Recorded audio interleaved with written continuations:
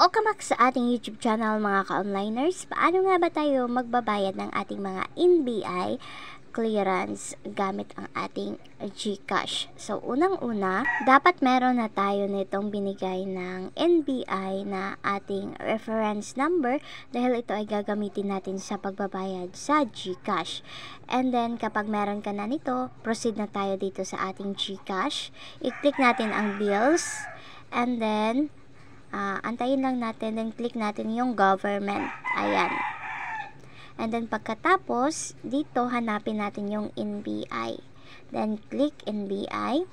And then dito, yung amount, kung magkano yung ating babayaran. Exact amount. Okay? So, ilagay natin dito is 160.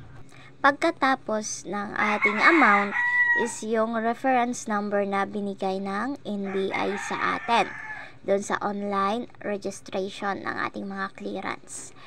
And then, kapag na okay na, dito naman sa ilalim is yung contact number natin.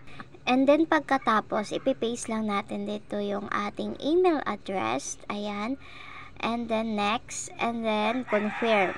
And then, after na nating ma-review lahat na tama naman yung nilagay natin, i-click natin itong confirm para mabayaran na natin.